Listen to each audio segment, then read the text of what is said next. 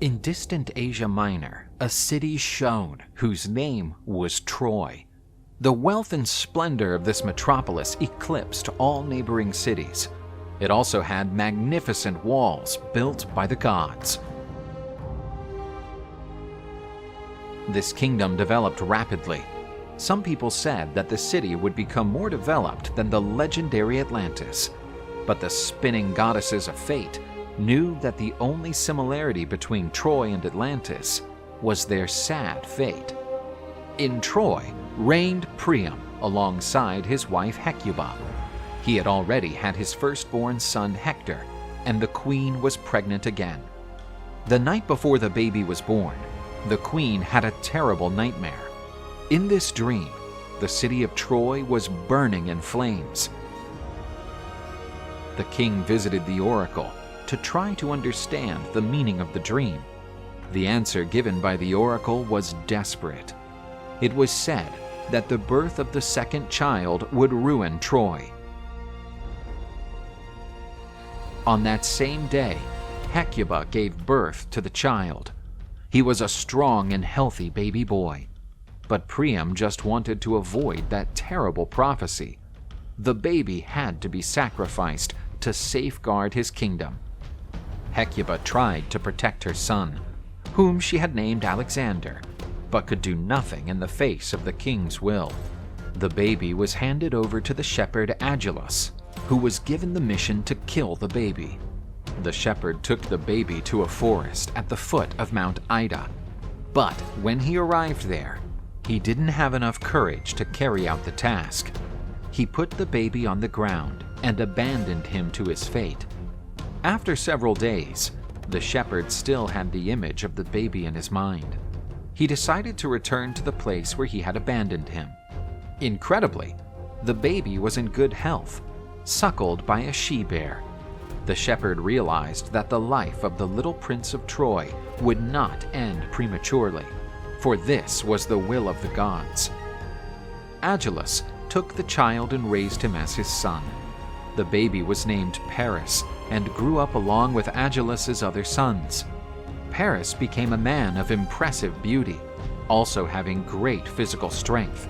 Like his adoptive father, he became a shepherd. He had a bucolic life in the countryside. His was the beautiful nymph Oenone, who swore him eternal love. His life did not seem fit for the prophesied destiny, but he did not know that he was about to make a choice that would affect everyone around him.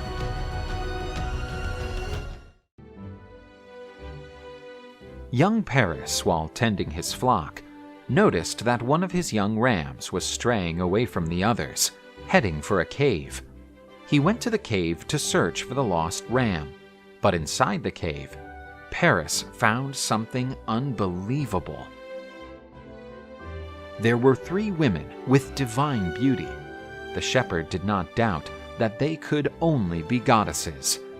The young man did not know that he was about to make a decision that would change the fate of the world forever. Earlier that same day, the Nereid Thetis married the hero Peleus. All the deities were invited to the marriage. The gods satisfied themselves at a great and lively banquet. But one goddess was not invited: Eris, the goddess of discord. She was furious and decided to take revenge. Sitting at the banquet table, Athena, the goddess of wisdom, Aphrodite, the goddess of love, and Hera, the queen of the gods, were chatting amiably. The goddess of discord flew over the banquet table and dropped a beautiful golden apple between the goddesses. On the beautiful bud was the inscription, "To the most beautiful." This apple would become known as the Apple of Discord. The 3 goddesses fought over the apple. After all, each considered herself the most beautiful among the goddesses. With his powerful roar, Zeus stopped the goddesses' dispute. He said that attitude was not worthy of such important divinities. Zeus thought of a way to solve the standoff. He chose an impartial judge to elect the most beautiful of the goddesses. The Apple of Discord was given to Hermes, who would lead the goddesses to the judge. Of all the men in the world, the young shepherd Paris was chosen to settle the dispute. He was not the wisest, nor was he a great connoisseur of the concept of justice. But the Moirai, the women of destiny, had woven this future for him. After learning of his task, the goddesses were introduced to the shepherd. "I am Hera, the wife of Zeus. Choose me as the most beautiful, and I will make you the richest king in all Asia, give you a palace as splendid as Olympus. I am Athena, the goddess of war and wisdom. Choose me, and you will be the greatest general ever. Instead of commanding herds, you will lead armies and be known as a great conqueror. And I am Aphrodite, the goddess of beauty and love. My epithets would already guarantee me the title of the most beautiful of them all. Choose me, and I will give you the love of the most beautiful woman in the world." Aphrodite showed him the image of the beautiful Princess Helen of Sparta. Paris's heart was won by the desire to have that woman so beautiful that she could only be compared to the goddess of beauty herself. Thus, the young Paris handed the golden apple to Aphrodite.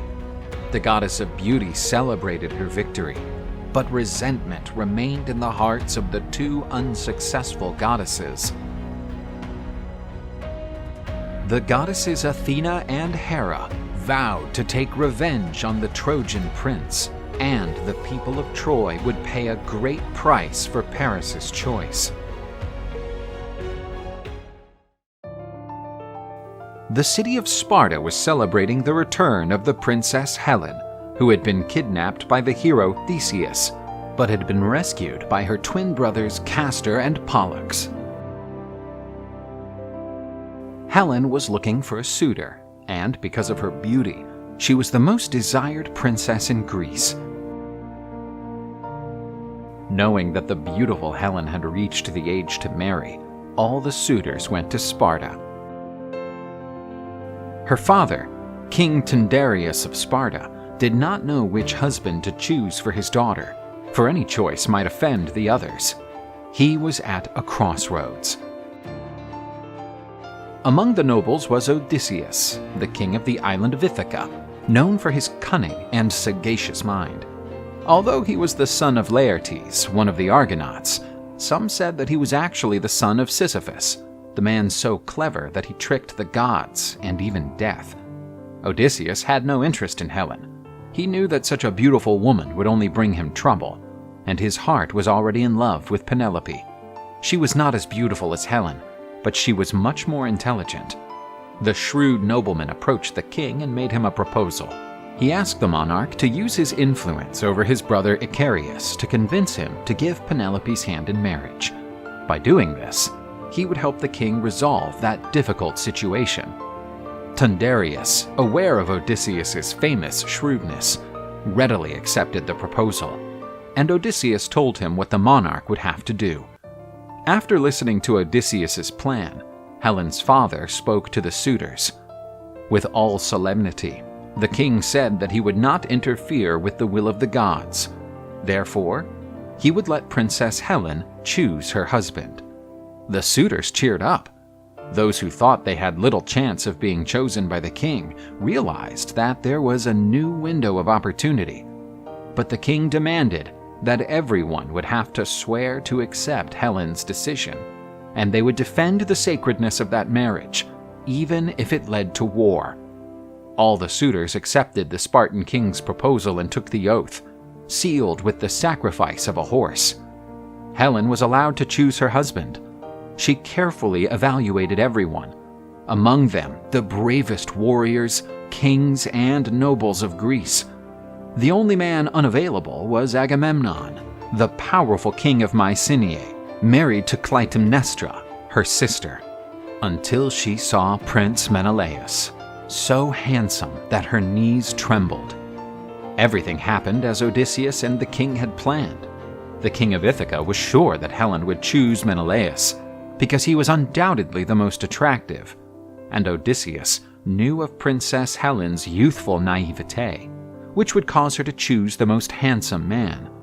But the cunning king of Ithaca had a much more strategic vision in allowing Helen to choose her husband. Menelaus was not just any nobleman.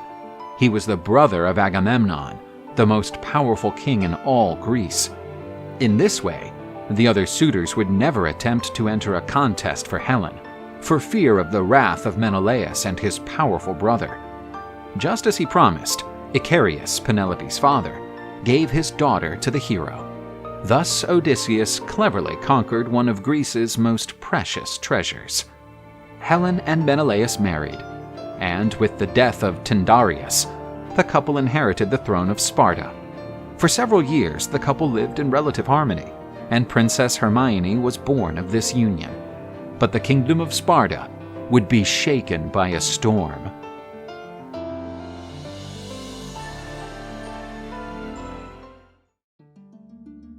King Priam of Troy had more than 50 children. Among them were the twins Cassandra and Helenus. Early in their infancy, their father decided that they would be given to serve in the temple of Apollo. One day, when they were still children, they both played in Apollo's temple and forgot the time to return home. As it was already late, they decided to sleep in the temple. During the night, a serpent sent by Apollo licked the youngsters' ears, and thus they received the gift of prophecy. Young Cassandra grew up to be a beautiful woman who marveled the god Apollo. The god declared his love for the young girl, but she rejected him. Apollo managed to hide his anger at her rejection and asked her for only one kiss. When the young woman brought her lips close to the god, he spat in her mouth and cursed her. Cassandra still had the power of prophecy, but had lost the power of persuasion. In this way, no one ever believed in her prophecies again. Cassandra came to be seen and treated as crazy. If poor Cassandra had not rejected the god Apollo, the great bloodbath that was coming could have been avoided. In Troy, preparations were being made for the annual festival in honor of Prince Alexander of Troy, who everyone believed had died. The soldiers of the royalty went to Mount Ida in search of prizes for the winners of the festival games. The guards chose the shepherd Paris's favorite bull as a tribute for the games, but he was unwilling to lose the animal he held so dear. So he went to Troy to participate in the tournament and try to get his bull back. Oenone, the nymph who lived with Paris as if she were his wife, prophesied if he left for Troy, he would never have her in his arms again, as he would cross the Aegean Sea and find another woman who would win his heart. And when he finally decided to seek Oenone again, it would be too late. The young shepherd had never been to a city like Troy and was amazed at its splendor and grandeur. He signed up for the games, where he would fight against the best warriors of Troy. Among them were some of King Priam's sons, including Hector, the crown prince.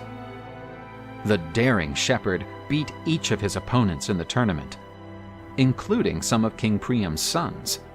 Paris made it to the final of the tournament, where he would face Hector, the bravest Trojan warrior.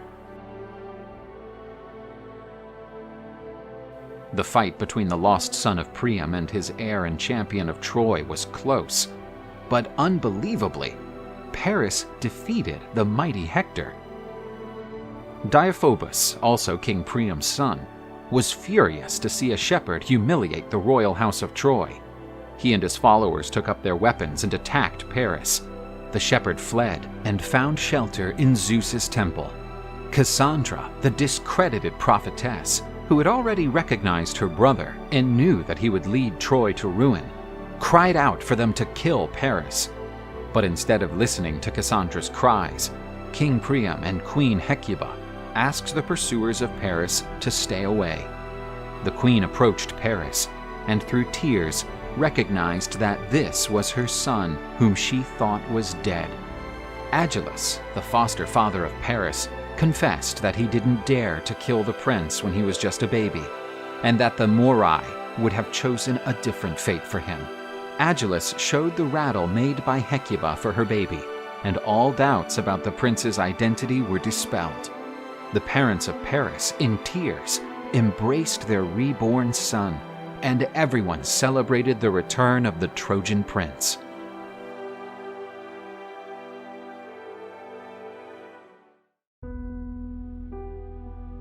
It had been 10 years since Paris had regained his position as Prince of Troy. Suddenly, an entourage from Sparta docked at a location near Troy. Menelaus, the king of Sparta, was leading the Greek entourage, which asked permission to take the remains of Greek warriors who were still there from the conflict between the Achaeans and the Trojans. Paris was responsible for hospitality receiving the visitors, according to Trojan tradition. The Greeks were very pleased with the welcome. Before leaving, Menelaus stated that he wanted to repay the prince's hospitality and invited him to visit Sparta. Priam, the king of Troy, was missing his sister Hesione, who had been kidnapped by the Greeks when Hercules attacked Troy. The king decided to organize a squadron that would leave for Greece to recover the king's sister, who was at Salamis. The monarch allowed all necessary means to be used to accomplish his mission. The command of the expedition was given to Prince Paris, who would have the help of Aeneas, Prince of Dardanus. With the help of the goddess Aphrodite, the winds drove the Trojan ships toward the Spartan coast. Paris took advantage of the invitation extended by Menelaus to improve his relationship with Sparta and re-establish his forces before setting sail for Salamis, where the sister of the king of Troy was. King Menelaus was very pleased and welcomed the Trojans, wanting to show the best of Greek hospitality. Menelaus was very proud of his beautiful wife, and so he ordered her to wear her most beautiful attire to be presented before the Trojan entourage. Paris was amazed to find the beautiful Queen Helen. She could only be the woman who Aphrodite had promised her love. The naive queen did not know that Eros was spying on her with his bow at the behest of Aphrodite. Helen was also surprised by the charm and beauty of the prince from Asia. He was more handsome than all the Greeks she had ever seen. Menelaus was perhaps the most handsome of the Greek kings, but his beauty was eclipsed by Paris, who had an almost divine pulchritude. The queen's heart was pierced by one of Eros's arrows, and Helen suddenly fell in love with the Trojan prince. The following days were marked by feasts and banquets, promoted by the king of Sparta in honor of his noble Trojan guests. Far from the king's eyes, a flame warmed the hearts of the Trojan prince and the queen of Sparta. But, as if fate was written, a piece of news from the island of Crete facilitated the fulfillment of Aphrodite's promise. Catreus, Menelaus's grandfather and king of Crete, had died. So Menelaus left to be present at the funeral in Crete, but he left his guest in the care of the queen, who would reign in his place. As soon as the king of Sparta left, Paris and Helen materialized all the repressed passion. The adulterous couple was consumed by a passionate madness. The Prince of Troy and the Queen of Sparta decided to flee together to Troy. Paris would still commit one last sin against Menelaus's hospitality. He gathered his men to rob the treasury of Sparta. The palace's small defensive line was surprised and could do nothing to protect their king's treasures. The population of Sparta revolted against the Trojans and tried to prevent the escape of Paris, who was attempting to kidnap their queen. They hurled stones and arrows, but, protected by the Trojan guard, the couple managed to embark safely. The Trojan squadron left Sparta behind, carrying on its deck a great treasure in gold, silver, and jewels. The couple of lovers seemed satisfied and believed to be on their way to happiness. But the trail left by the lovers was followed by Ares, the god of war, and his sinister retinue. Paris and Helen would bring war, death, and despair to Troy. Helen's abduction would be the trigger for the beginning of a conflict that would be sung about for millennia to come. The War of Troy was beginning.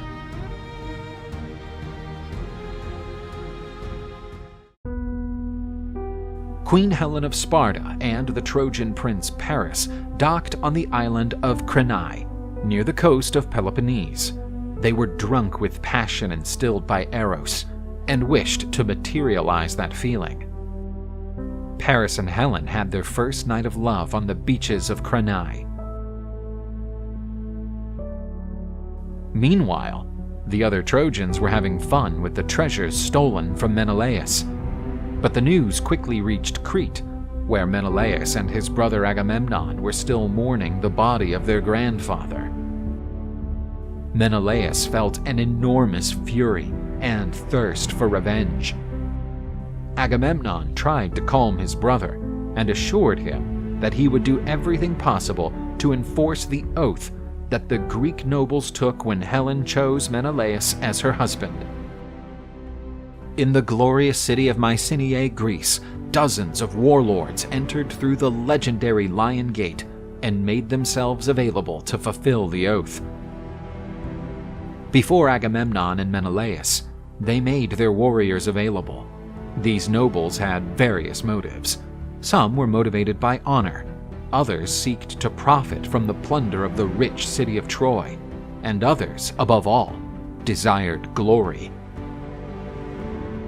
A gigantic army was formed with the goal of rescuing the Spartan queen.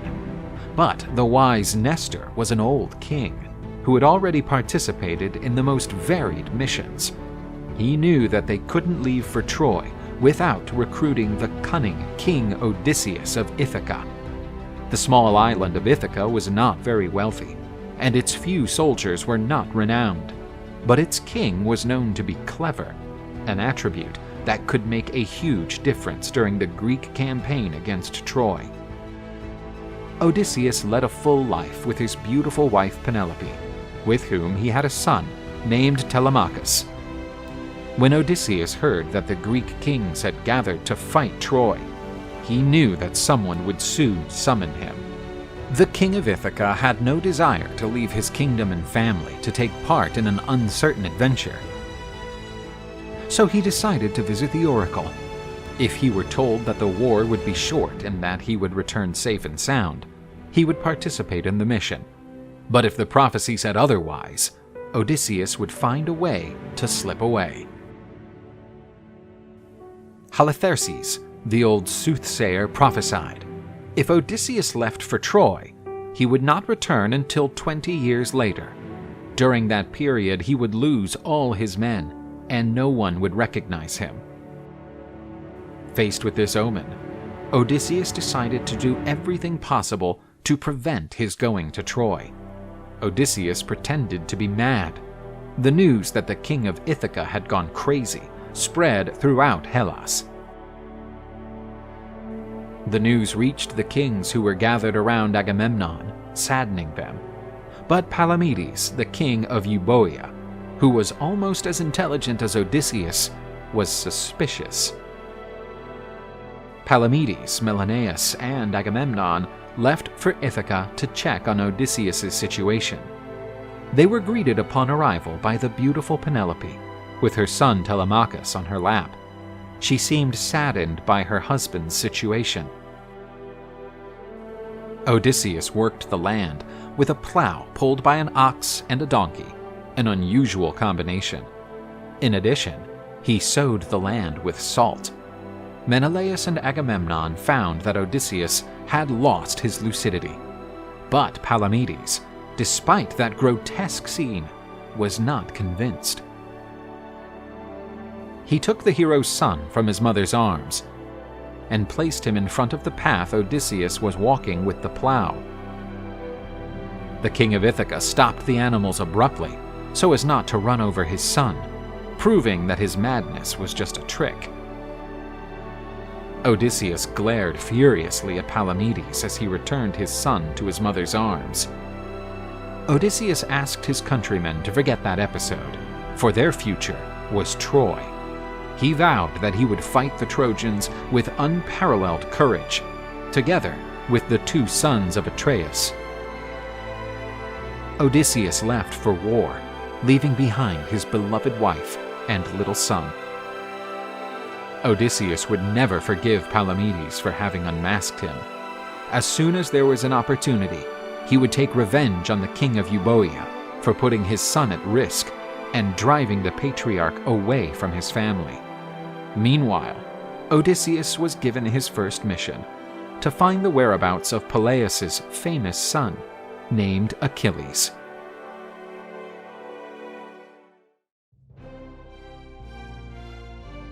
Achilles had barely come of age. However, despite his youth, he was already recognized as the best Greek warrior. Achilles was the son of King Peleus of Thessaly, with Thetis, a sea deity. There was a myth that claimed his invulnerability. When he was a baby, his mother immersed him in the sacred river Styx. Due to this ritual, he would be protected by the gods. His only weak point was his heel, which did not touch the water of the sacred river. Achilles grew up and, together with his faithful friend Patroclus, was trained by the centaur Chiron, the renowned trainer of heroes, to become the greatest warrior of his time. Greek preparation for war was advanced, but King Agamemnon knew that the Hellenes would not leave for Troy without their greatest hero. The diviner Calchas had predicted that, without Achilles among the Achaeans, victory in Troy would be impossible. Odysseus, upon learning of this prophecy, set out in search of Achilles. The hero of Ithaca strongly desired the success of this expedition, so that he could return safe and sound to his land, where he would meet again his beloved Penelope and his son Telemachus. Tethys knew about the prophecy which claimed that, if her son fought at Troy, he would never return alive. And, making use of matriarchal power, she ordered Achilles to hide in the court of King Lycomedes. There, he would dress as a woman and mingle among the countless daughters of the king, receiving the name of Pyrrha. In this court also lived the princess Didamia, Achilles' girlfriend, with whom he already had a 4-year-old son. His name was Neoptolemus, nicknamed Pyrrhus. Following some clues, Odysseus arrived at the palace of King Lycomedes, who received him with every hospitality and introduced him to his many daughters. Among them was Achilles in disguise. The king of Ithaca had with him gifts for Lycomedes' daughters. On a table, he placed jewelry, Egyptian makeup, perfumes, mirrors, silk, and a sword. The girls were excited to see the gifts. They began to try the gifts, and Odysseus noticed that one had her eyes fixed on the sword. Suddenly, one of Odysseus's men ran into the palace, shouting that they were being attacked by pirates. The girls screamed hysterically, running to their rooms. But Achilles instinctively grabbed his sword and assumed a fighting stance. There were no pirates. It was all a ploy organized by Odysseus. And in this way, the cross-dressing hero was unmasked. Achilles, feeling ashamed that he had been exposed, was pleased to be summoned to head for Troy, along with the other Greek heroes. He had remained hidden only by the action of his divine mother. Achilles bade farewell to the princess Didamia and his son Pyrrhus. This little boy was destined to achieve glories almost as great as those of his father. Achilles promised Odysseus that he would gather his men and join Agamemnon's army to achieve glory in front of the walls of Troy.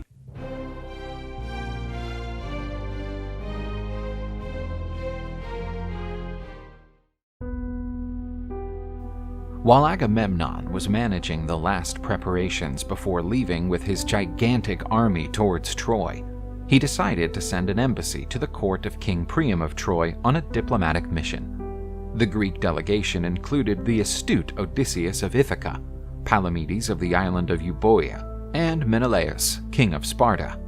The arrival of the Hellenic entourage surprised the entire Trojan court. Until that moment, news of Helen's abduction had not yet reached Troy. The Greek heroes demanded an audience with King Priam to deal with their prince's terrible offenses. Priam received the emissaries in his palace, believing that the litigants would ask for the rescue of Princess Hesione. After all, that was the purpose of the mission imposed on Paris. Although Odysseus was known to solve any situation, his rival Palamedes was the leader of the entourage. Palamedes was known to have the gift of speech and to have a silver tongue. He was so good with words that he was the inventor of several letters of the Greek alphabet.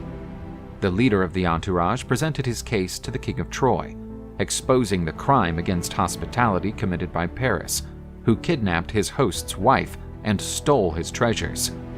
Palamedes demanded that the king of Troy peacefully return the queen of Sparta to her husband, and he threatened to take the war into Trojan territory if King Agamemnon's demands were not met. At that moment, Priam's sons took up their swords, feeling offended at the Greek threat. But Priam ordered the princes to put away their swords, as the Greek nobles were only messengers of King Agamemnon. King Priam claimed to be unaware of his son's actions, and said that the Greek queen was not hiding in his court. The king also said that the Greeks had no morals to support such demands. After all, in the recent past, Hercules had kidnapped the Princess Hesione of Troy, taking her to Greece. Priam said he would return Helen to the Greeks if they would return his sister, whom he had not seen for a long time. Palamedes emphasized that the great King Agamemnon's terms were non-negotiable. Hesione lives happily in Salamis, where she reigned alongside her husband, having sent her beloved son Teucros to join the huge Hellenic army to turn the walls of Troy into dust. Trying to keep calm, Priam said that, given the case, Queen Helen of Sparta would be returned to her homeland if she appeared at court, and that was her wish. Otherwise, she would have asylum and protection in Troy. Odysseus realized that Palamedes was only increasing the animosity between the two peoples. The king of Ithaca tried to lessen the tension of Palamedes and Priam's speeches. He, upon entering Troy, had realized that the city was a real fortress, and the walls built by Apollo and Poseidon were practically impenetrable. A siege of that city would make the war last for years. Therefore, Odysseus tried to get Palamedes and Priam to come to a reasonable agreement. But the Trojan king had his pride wounded by Palamedes' threats, who sowed seeds of Eris in Priam's heart. The diplomatic mission failed. War was around the corner, and the hatred Odysseus felt for Palamedes grew. His rival squandered the opportunity to keep peace between the two peoples. In Greece, several kings presented themselves at Aulis, where the great army was forming.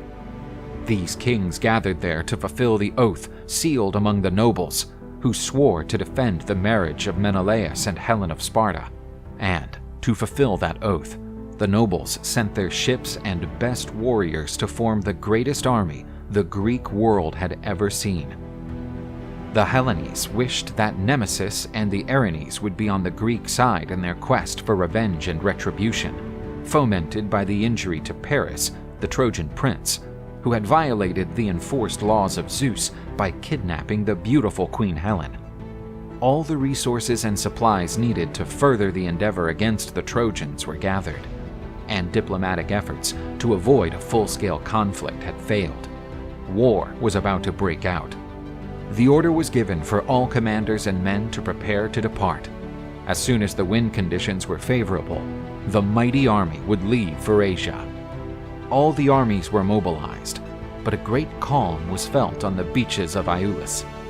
The wind necessary for the departure stopped blowing.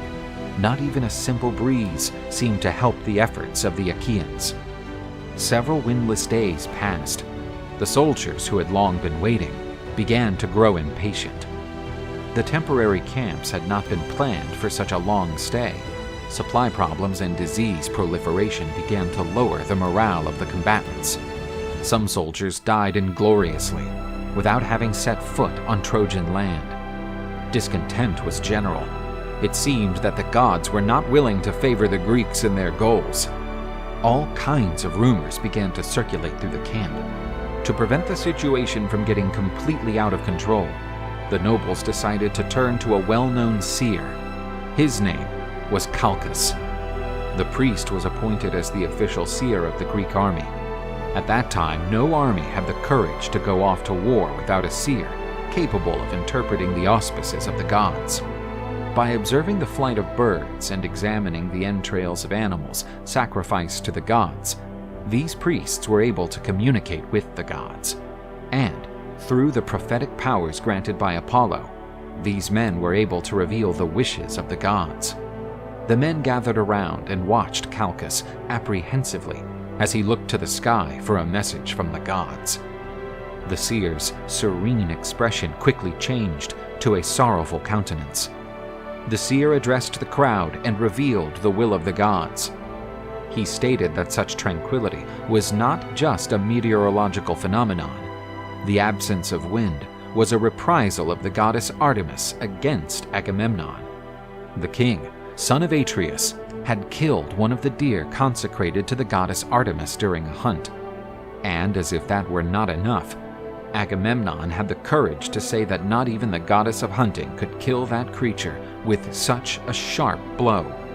Offended, the goddess demanded that the winds stop blowing on the shores of Aeolus until the great king was reconciled with the goddess. To do that, he would have to sacrifice what he loved most, his beautiful young daughter, Iphigenia. Great sorrow struck all who heard those omens, but no one would suffer more than Agamemnon.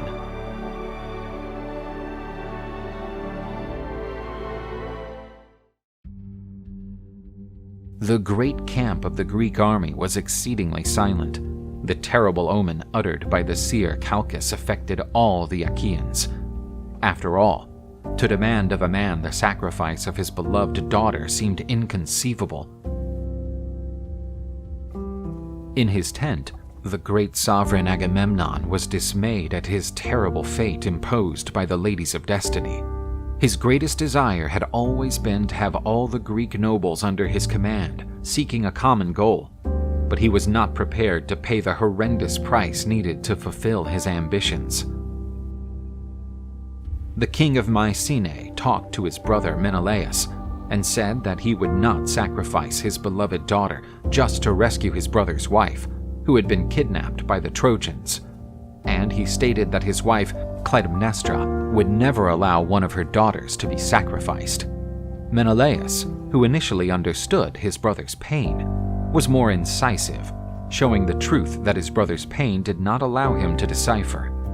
He said that the thousands of men who were there were someone's sons, and that father sent his most precious treasure to fight and sacrifice for the honor of the people.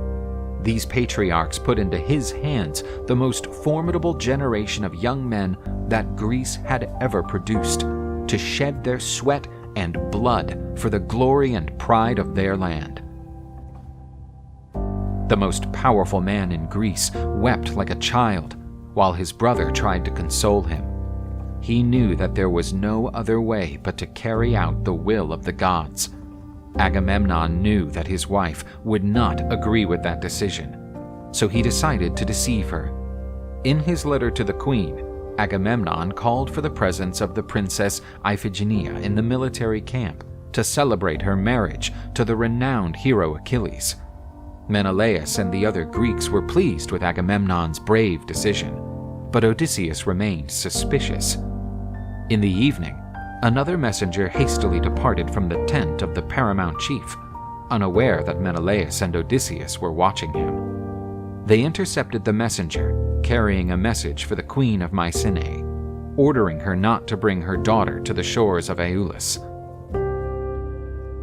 A short time later, Iphigenia and Queen Clytemnestra arrived at the camp of the Achaeans. They realized that the reception was very different from what they had imagined, as it resembled a funeral. Agamemnon pressed his daughter against his chest, and many tears fell from his eyes. The princess was surprised, as she had never seen her father cry. The queen told her not to worry, as he was thrilled to give his beloved daughter to another man. Suddenly, in a fluke, Achilles passed nearby, and seeing him, the queen congratulated the man on his betrothal.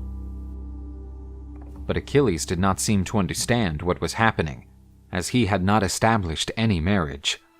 Achilles quickly realized Agamemnon's plot. The latter had used Achilles' name to lure his daughter into sacrifice. Feeling outraged, he revealed the whole truth to the queen. Clytemnestra knelt at Achilles' feet, and, taking his hand, begged him to defend her daughter against such a treacherous act. Achilles assured the queen that he would defend Iphigenia and her honor, even if it cost him his life. The queen ran to Agamemnon's tent, where the priests who would organize the sacrifice were already gathered. Clytemnestra embraced her daughter to protect her, and told her everything her father had prepared. The young princess could not believe that her father would be capable of such a thing. Iphigenia begged her father not to let them sacrifice her, as she was innocent and had nothing to do with that dispute. But, consumed with sorrow, Agamemnon said that it was the will of the gods, and before them, even the mightiest of kings was powerless. Achilles suddenly entered the tent, sword drawn, and said that no one would touch the princess while he was alive. He also said that, if they killed him, the whole expedition would be ruined, as it was prophesied that the Greeks would only achieve victory if he fought on the walls of Troy. The young princess seemed to be moved by the wisdom of the gods, and Achilles put down his sword. She said she would agree to be sacrificed, for on this depended the lives of all the Greek warriors, and of the sons of Greece who would shed their blood on Trojan soil. She would give her blood on behalf of all the women of Greece. Achilles took Iphigenia's hands and told her that she was the most virtuous woman he had ever known. He added that he would have had the highest of honors if he had been her husband, if that had been the will of the gods. Iphigenia asked her mother to forgive her father, as he had no other choice but to obey the will of the gods. The whole army was moved to see the princess haughtily climb the stairs that led to the altar of sacrifice. Agamemnon placed the dagger around the neck of his daughter, who calmly offered it. She asked the goddess Artemis to accept the supreme sacrifice on behalf of all Greece. The king, letting out a great cry of pain, slashed the neck of his beloved daughter. Shortly afterward, Agamemnon laid the inert body of Iphigenia on the altar. A strong wind began to blow towards Troy, and the thousands of warriors on the beaches of Iolus celebrated the heroic sacrifice of Princess Iphigenia. Agamemnon, still covered in his daughter's blood, swore that Troy would be ruined and that he would use its ashes to build a monument to Iphigenia's sacrifice.